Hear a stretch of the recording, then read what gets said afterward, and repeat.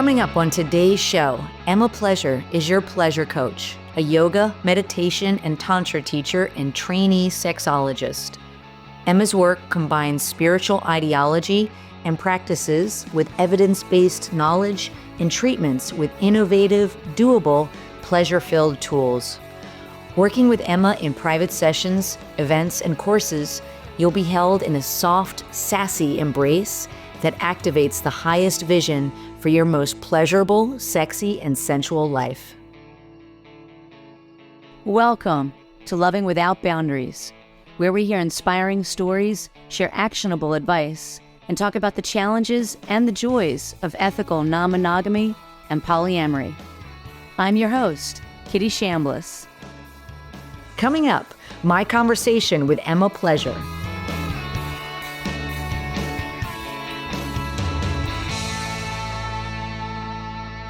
Welcome back to Loving Without Boundaries, where I am really excited and titillated to be here with Emma Pleasure, whom I've had the wonderful introduction through a colleague of ours on the other side of the planet from me. So, Emma, thank you so much for taking time out of your schedule to speak with me today.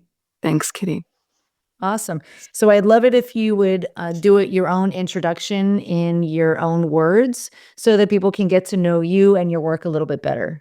Sure. So my clients have nicknamed me Emma Pleasure, and I support people with pleasure in life and bed. So I do a lot of work on the conditioning that we have around sex and pleasure. I do a lot of unpacking of those rules and implicit learning that we have around what sex and relationships look like. And then we do re-education, and I run programs, work with people individually, and teach Tantra as well. So there's a whole lot of things that I bring into this work. And the foundation is really also the nervous system, because you've got to have your nervous system on board to be able to put pleasure into your life in a really meaningful and mindful way. I love that. I love that. So I can't wait to dive into that. So I would say my first question here for you is what would you say was the light bulb moment for you of when you decided like this was something that you wanted to do, like this was something that you were really passionate about? Yep, I had a very, very distinct light bulb moment. It was when reading the book Pussy, A Reclamation Oh, by I love Regina that book. Thomas Howard. Yeah. Mhm. And so I was reading that book, and I was already teaching yoga. I was already working with clients around an authenticity type of space and worthiness. And I had this light bulb in that book that pleasure was the missing link in my work. And I was here to bring this concept of pleasure to women specifically at the time. And over time, that's broadened out, because when we don't live in isolation from the rest of society, so a more holistic view has meant that I've taken that further.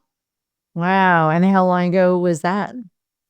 That was 2016, towards the end of the year. And then in 2018, I did Mama Gina's program in New York. Oh, you actually went to New York to do it? I did 4 times, leaving my very young family. Wow, 4 times. That's Yeah, amazing. 4 Oh times. gosh, that is so cool. Actually, one of my assistants actually is the one that introduced me to Mama Gina's work and that book, and she gifted me that book, and I loved every word of it. Gosh, thanks for reminding me about it. I actually need to reread it, and I've thought about doing that work. So that's a huge testament that you did it 4 times, flying all the way from Australia to New York. That is impressive. Yes, it was a lot. It sounds like, and it sounds like you must incorporate some of those ideologies into your own work. Is that right? Yeah, definitely. I think a lot of what the work really helped support me with personally was around what pleasure looks like for me, where I still had shame around pleasure, more of the unpacking of the shame that we carry as women, specifically about pleasure and about our bodies and messages about sex. And the work came with assignments, like dressing up assignments. And I do love a good occasion to dress up. So I had a lot of fun being a courtesan or expressing my internal rage. And there are definitely a few techniques that I use with clients. And there's one technique called spring cleaning, which is kind of like the idea of spring cleaning your house, except you do it on an idea or a concept or a thing that's bothering you. And I still do that every single week with a friend from the program who is in Philadelphia. Every week we get on a call and have a little bit of catch up chat and then do a spring clean. So that's been going since about 2019 with her. Wow, that is so cool. I love that. And I just by chance happen to be from Philadelphia originally. I live in the Washington, D.C. area now. So that's just kind of neat to know that it was somebody that you met in Philadelphia. Yes. Yeah, she's cool. And her neighborhood's just incredible. That's neat. Yeah, I used to live in, I don't know what neighborhood she lives in, but I went to school actually at Drexel University, which is right there in West Philadelphia, and then I lived in Rittenhouse Square. So, but and that was gosh, over 27 years ago. But my friends and family are still there, so I go back to Philly a lot. So that's neat and makes sense since from somebody from Philly, New York's not that far. We would go there all the time, but it's extra Yes. special that you went there that many times. Yeah. So I'd love to ask in your work that you do, what would you say are some of the biggest blocks and the biggest challenges? It does sound like maybe certainly shame, and that's something I work with my clients about a lot when we're talking about coloring outside of the lines of monogamy and being sex positive. I definitely see that a lot as well. But I'd love to hear from you. What would you say are some of the biggest blocks that you see with the clients that you work with? Yep, definitely shame is a really big one. And especially shame that comes along with the social conditioning that we have around sex. And the nervous system comes up a lot. And that's not so much a mindset implicitly learned block, but there's a lack of information that we're given about what's happening in our bodies. And clients can be having, and people, doesn't have to be clients, can be having a particular response. And if you look closely at the language of like wanting to run away, for example, or hating this, or there's certain markers that can tell you that someone's nervous system has taken over in that moment. And so getting people to understand what a stress response looks like and how they can shift out of a stress response in the moment can actually really help change a lot of things. And so that can come up around things like jealousy, feeling insecure, in anxious avoidant relationships where you've got the push-pull. That's a really big thing there as well. And I think the other thing is just the learned beliefs that we have around what sex isn't what relationships should look like, what we should want, what it's okay for us to have. All those unwritten rules come up a lot as well. That makes a lot of sense. And I definitely deal a lot with jealousy and insecurity in the work that I do. So I'd love to hear a little bit more from you. Like, what would you say are some of those markers or those tells that somebody is having a stress response? Yeah, sure. So the stress response, most of us know that there's fight and flight, but there's also freeze and fawn. And so fight, we might get aggressive, we might be using bigger voice, louder voice, we can come into people's space, we might move things heavily, we might be making fists by our sides or stomping, something like that. So kind of aggressive voice, aggressive behaviors. In flight, it's more about retreating from the threat. So we might leave the room. We might take ourselves for a walk. We might dissociate by going and picking up our phone or engaging in some other behavior that takes us away from whatever it is that's upsetting. In freeze, it's kind of like the deer in the headlights. So we just get stuck. We don't know what to say, can't think of anything to say. And people can feel a lot of shame about being in freeze because they cognitively can understand that they could have done something, but they couldn't because their body wouldn't let them. And that can be really confusing. And then fawn is like the good girl, good boy, good person mask.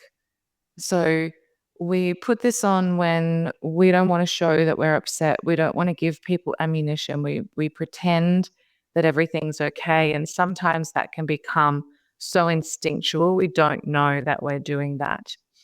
And then things that can happen before that might be things like you become a bit antsy. For example, for me personally, my hearing changes and my auditory processing doesn't work properly anymore. And just can't take in what people are saying. We can start doing a whole lot of things without finishing something, and we can feel really overwhelmed and like there's too many pressures. And that can just change in an instant, really. We can go from being okay, and it might be as simple as someone saying, "Hey, can you?"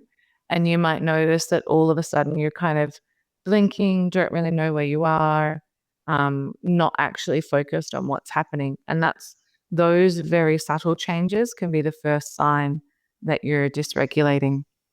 Wow, that's a great explanation, very easy to understand. I appreciate that. And you had mentioned that there are like at least a few things or some things that you might be able to share easily here where people can start to regulate in the moments. I have some thoughts on that I'm wondering if you're going to mention, but I'd love to hear what your suggestions are around that.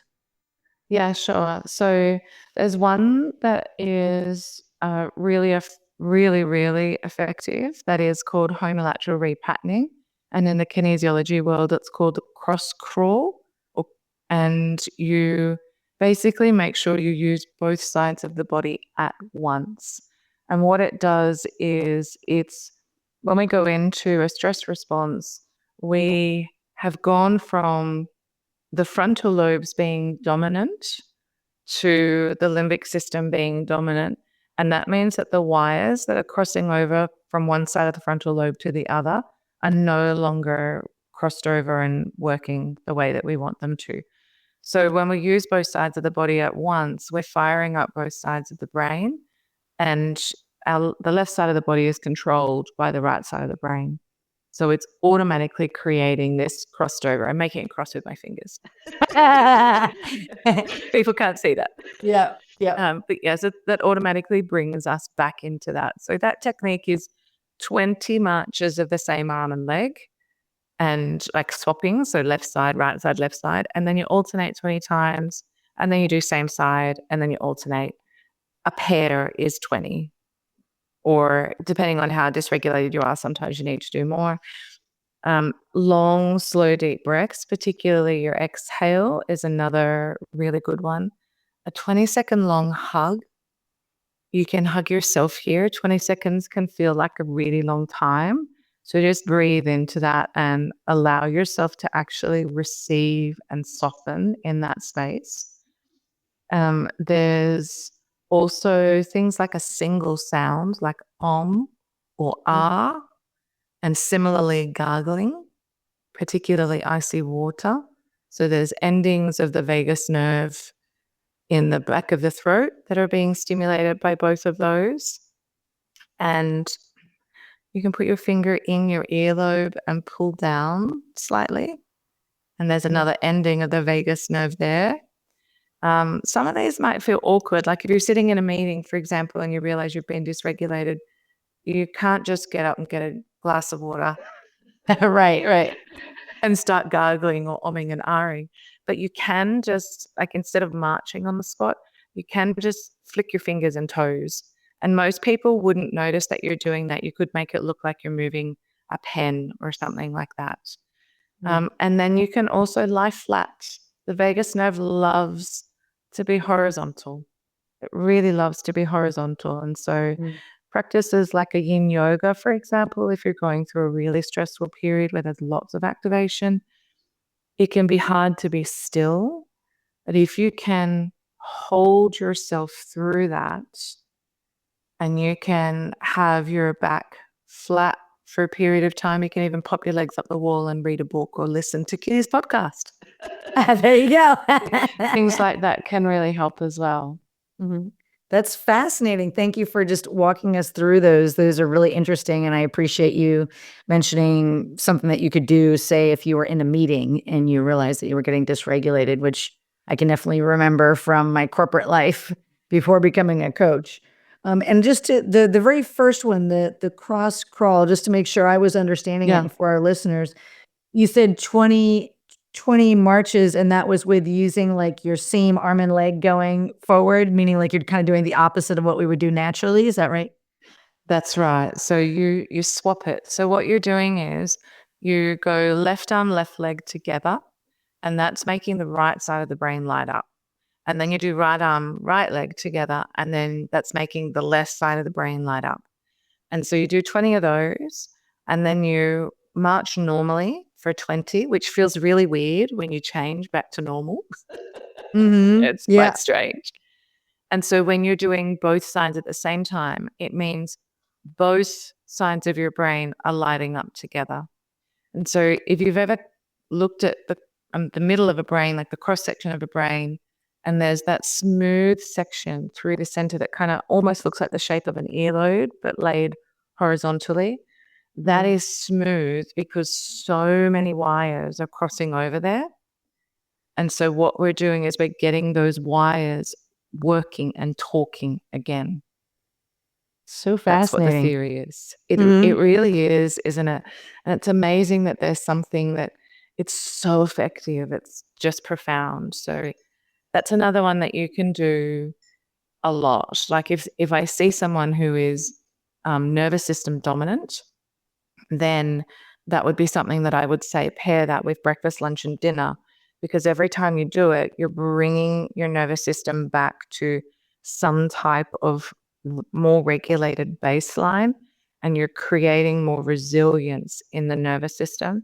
And you can also do it anytime you're triggered. So, if you're waiting for the text message and you notice yourself getting antsy, for example, while you're waiting, you can march to help the nervous system just come back a little bit, even if it's all the way, and you can do it again. Amazing. I love that. So I really appreciate you going over that, because I definitely see that a lot when the folks that I'm working with, they can get in that fight, flight, or freeze and fawn mode, whether it's due to jealousy or anger. And I definitely have lots of different techniques that I offer them, but it's great to have some more. So I appreciate the gift that you're giving to the world by sharing it here on our podcast. I'd love to ask some more questions just in terms of, so of course, our podcast here at Living Without Boundaries, we are helping people normalize the conversation around sex positivity, and also normalize the conversation that we get to decide what type of relationship structure we want to be in, whether that's monogamous, whether that's non-monogamous, or, and who knows what, there's many different ways to be. So I'm curious, how do you work with folks across the spectrum of different types of relationship structures, different backgrounds, maybe in terms of their religious upbringing?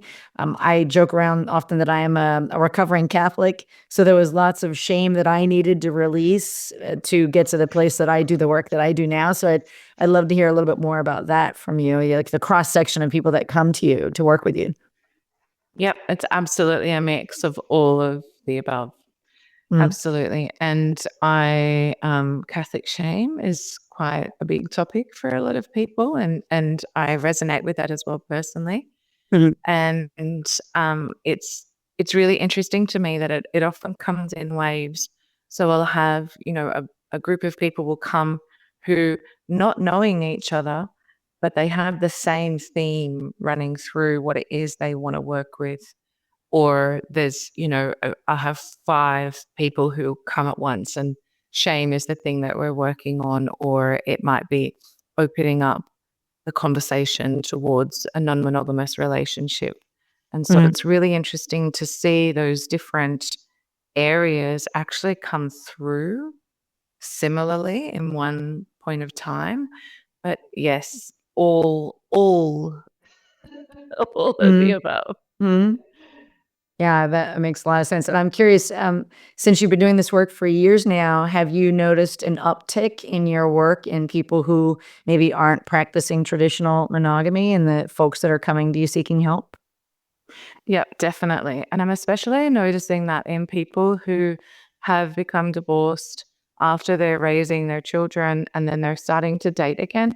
And as they start to date again, they're finding themselves really not wanting to enter into something traditional. And particularly the women, if they've had a period of time when they weren't working and their um, finances came from their partner, then I'm really strongly seeing themes that they want to remain independent and they want to explore themselves and relationships in new ways. And so some of that is, redefining that things don't have to look a particular way, and also helping them understand that it is okay to see several people at once and it's okay not to have to name anything or label anything. Mm. And especially if you get a combination there where somebody has an anxious attachment style, letting go of the not naming relationships and needing to know that that relationship is secure becomes a much bigger part of the work and a much bigger intersection. Mhm. I can definitely appreciate that, and that need for, yeah, safety and security. I definitely see as another theme that comes up. Since you mentioned also, that's interesting that, and I see that as well, that people who maybe they do get divorced and they think, you know what, I'm not sure I want to necessarily go down that exact path again, and they want to try something different, especially because it is becoming more mainstream now to get to choose what type of relationship structure you want. I would imagine that, especially because of your sex positive work and your tantra work, I'll be very vulnerable here and say that I am 55 and I am, full on menopause, right? And so I'm starting to learn and read about the shifts that happen as we age, particularly as women, and it can affect your libido. So I'm curious how that may show up in your work whether it is a menopausal woman or maybe different life stages, where folks' libido may start to go down, or even couples where the libido is mismatched. If you could speak to that a little bit about how often you see that in your work and maybe how you sometimes might address that. Absolutely. I reckon libido is probably 50% of my work. Wow. It's huge. It's actually huge. Mm. Um, I have at points thought I could just, niche to libido because it's that significant. It comes up for people who are both in relationship and people who are not in relationship. And in relationship, it's generally um, that there is what we call libido mismatch, we call desire discrepancy. So there will be a difference in the libido of the partners in the relationship, and it's been causing friction, usually for quite a while, before somebody is ready to seek some support with that.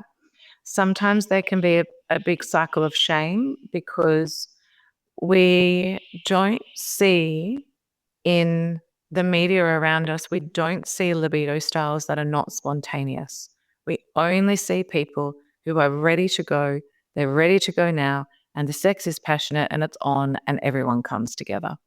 What we don't see are people who need a bit of time to warm up, people who need certain things to be in place to feel safe enough, or not even safe enough, just to allow the body to move towards that type of readiness. And so I have metaphors that I use for libido that are like you can be a V8 race car in pole position, ready to go, and you can be like an overladen truck pointing uphill, and you can be somewhere in the middle, maybe like a very reliable family mobile. And, your family mobile is going to get you where you're going. You have to keep it regularly serviced and, it gets messy. So you've got to clean the kids' stuff out of the car. And for the truck, if you can take some of the load off or give it a turbo engine, it's going to get to the top of the hill a lot faster. So when working with people with libido, helping them understand whether they've got a spontaneous libido, I'm ready. It doesn't take much for me to be ready. All I have to do is see my partner naked or think about sex, and I'm happy for it to be on. And people who really need that time, maybe they need, to have had a shower or know that the kids are really settled or, not feel stressed. And that's what we call responsive. And within that structure, we can help the people who are spontaneous to understand that their partner's desire and arousal doesn't look like theirs. Mhm. And we can support them to have the things that make it work for them to be in place. That might be like a foot massage. It might be sometimes it's, the division of labor within the home and the mental load that is being carried by one person. Sometimes stress makes people want sex more. Sometimes it's a really big dampener. So it's looking at those factors individually, not just specific to sex, but more broadly across life. And so it can also include being worried about falling pregnant or STIs, being worried about performance, body image, and people hearing you, comparisonitis, especially when you're opening up a relationship, wondering, what it's like for this person with their other partners. So Mhm. there's a whole lot of things that can come into that. Okay. Yeah, and what I really appreciate about that is the metaphor was beautiful. So I love that. Anytime we can make a visual representation of what we're describing to make it easier to understand, I love that. But what I also really think is fantastic is how you, in some way, took shame off of the table instead of using one person has a high libido and one person has a low libido, because I think there could be shame on both sides of that. The high libido person might feel a little slut shamed, for having a high libido, and the person with a low libido might feel like there's something wrong with them, right?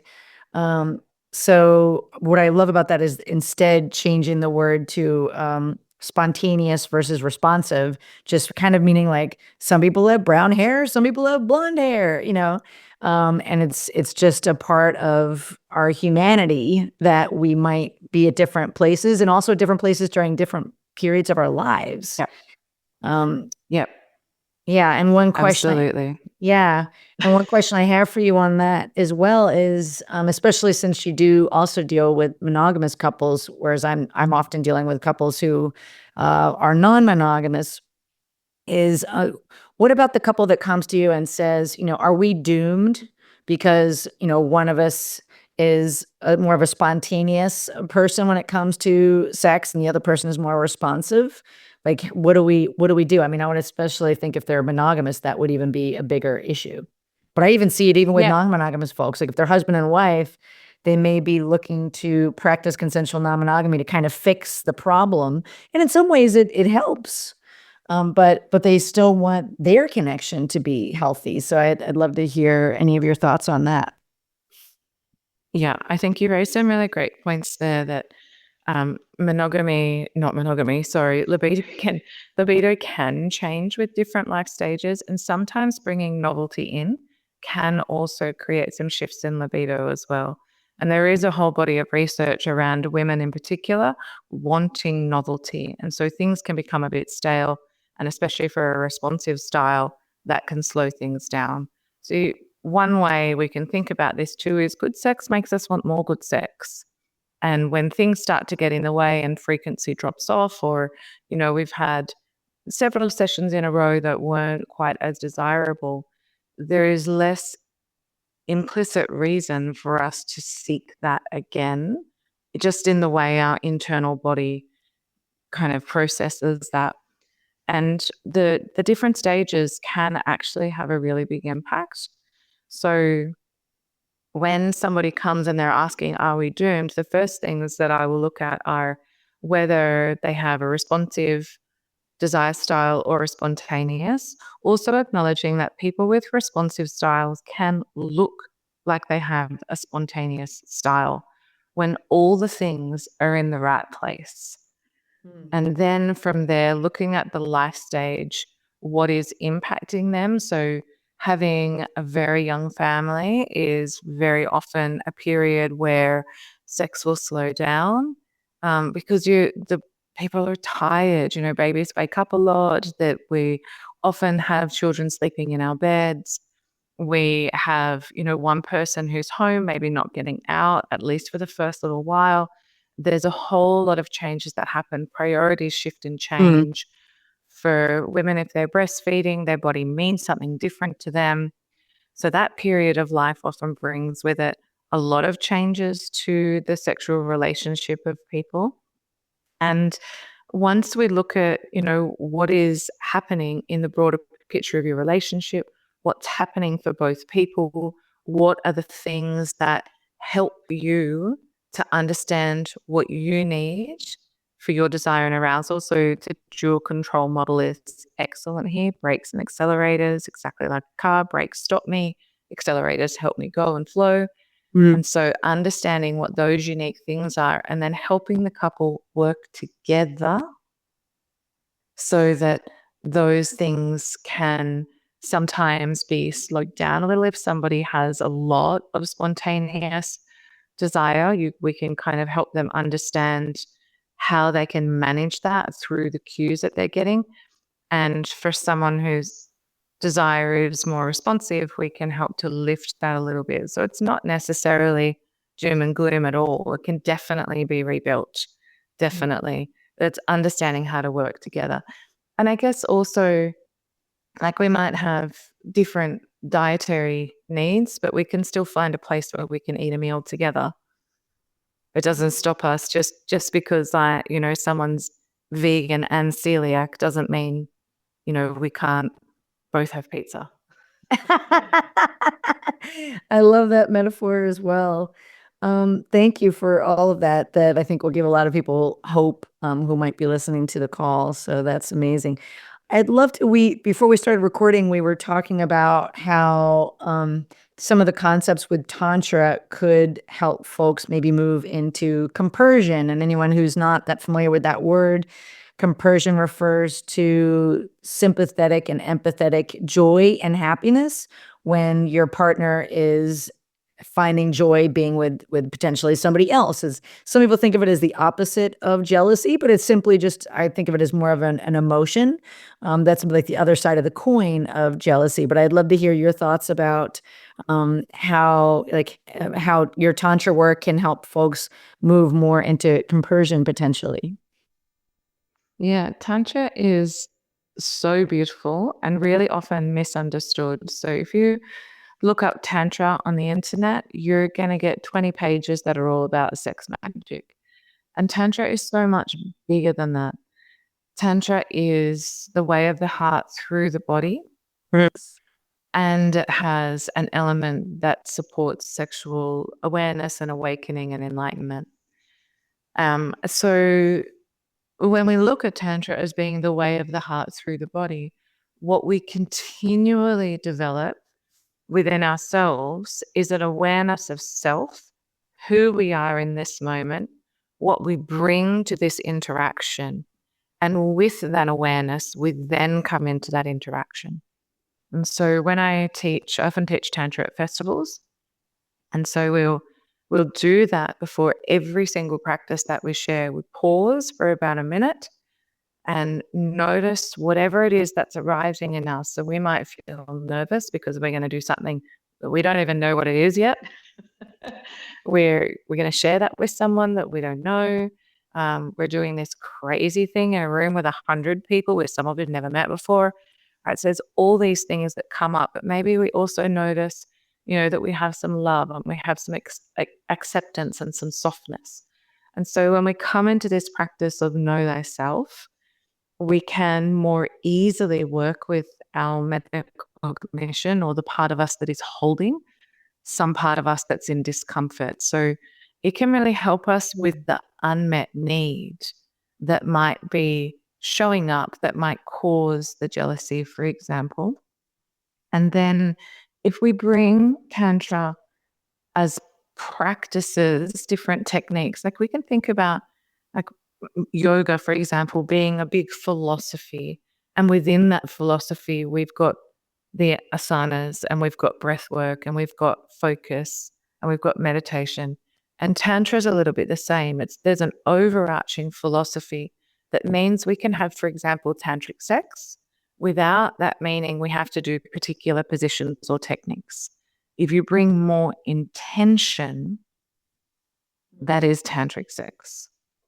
And so when we think about Tantra in this way, if we think about living from the heart, we can actually live that in every moment. And there are also practices that can support us. So there's one practice that's a 5-minute check-in. And so you would do that check-in with self. You would do some regulating, perhaps, if that was needed. And then there's a 5-minute timer where one person is allowed to say whatever they want, whatever they need to say, and the other person is just holding and listening, and it doesn't get talked about afterwards. And it's not a forum for that person to start, the person that's speaking, to start shaming the other person and labeling, but it is a forum to be able to say, I'm finding work tricky, or this aspect of our relationship is really challenging right now, and to talk about that. And then the practice swaps. And so practices like that can help you get things off your chest, out of your mind, where the other person is actually having to hear because of the container that you're in, rather than a space where we say something and we might have someone respond with defensiveness, for example, and that means we don't feel heard. So there's a lot of practices like that that can really support us to feel heard and to have connection. And when we have that solid connection, we feel a stronger sense of intimacy and trust with that person. And so that, and also within ourselves generally, and that then supports other relationship and personal factors as well. Mm-hmm.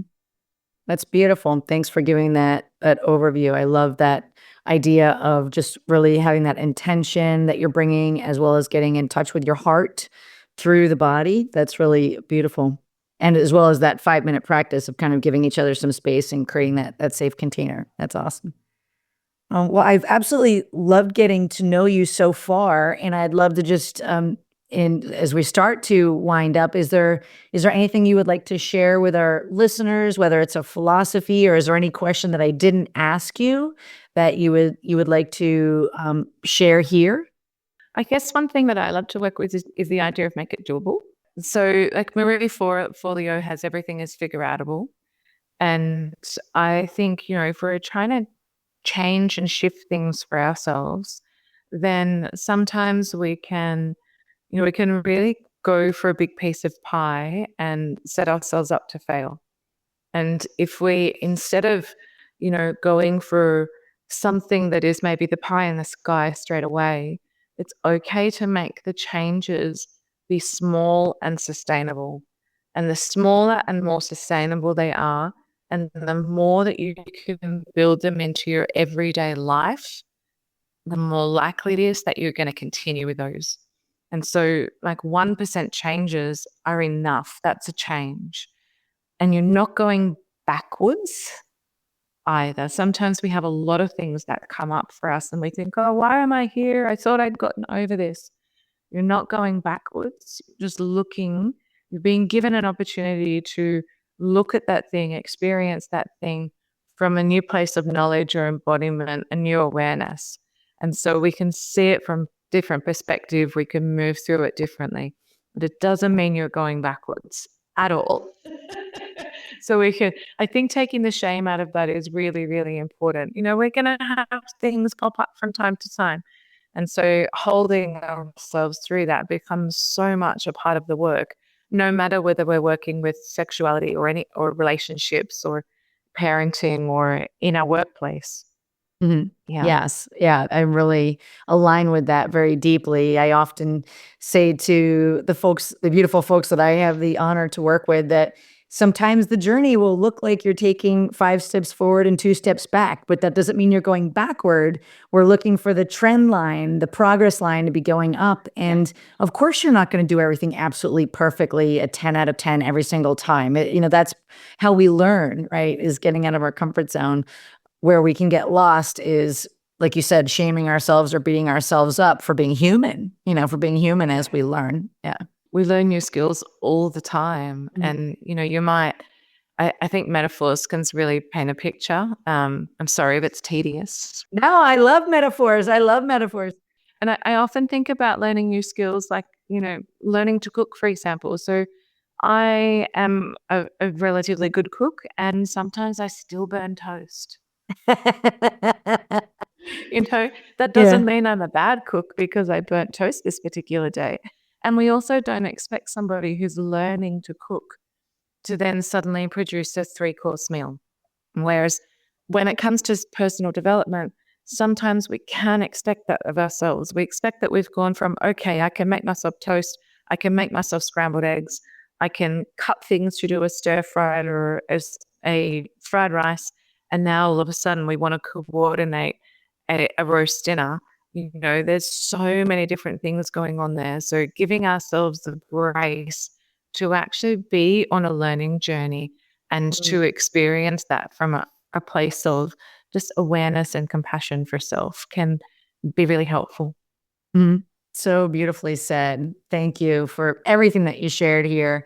So I'd love to just wind up here by first of all, thanking you for your time and your knowledge and the gifts that you've given our community here at Loving Without Boundaries, and also ask you, where can people find you and your work? Yeah. I have loved chatting to you. Thank you. Thanks for having me. Absolutely. I am Emma Pleasure on Instagram at Emma Pleasure, and at Emma McCann Coach, MCCANN, on Facebook, because it won't let me change to Emma Pleasure. Well, this has been such a lovely conversation. I wish you so much success in everything that you're doing. And if you're ever in the New York area, let me know. And you've re-inspired me to read the book Pussy again, and possibly get to do some of that work, since that's not that far from me as well, because I've thought about it. So that's great to know that you are highly endorsing that as well. So yeah, really beautiful conversation. Thank you so much. You're welcome. Thank you. Thanks for having me. Thanks for tuning in to today's show. If you like what you heard, are struggling with some aspect of your relationships, and you're interested in seeing if you're a fit to work with me as your relationship coach, here's what I invite you to do next. Head over to lovingwithoutboundaries.com/apply. That's lovingwithoutboundaries.com/apply, and book a call to speak with me. I'll get on the phone with you for about 45 minutes, and we'll get you crystal clear on 3 things.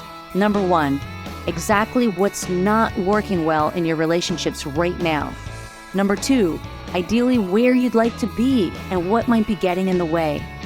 And number 3, the exact strategy to get you there, helping to close that gap. Remember, creating healthy, open relationships does not typically happen by itself. Many often need expert guidance to make it happen. We've helped clients all over the world to feel safe, happy, and secure in open relationships, while not losing their mind or their cherished partners. To see if we can help you do the same, head over to lovingwithoutboundaries.com/apply. I'm Kitty Chambliss, and let's talk soon.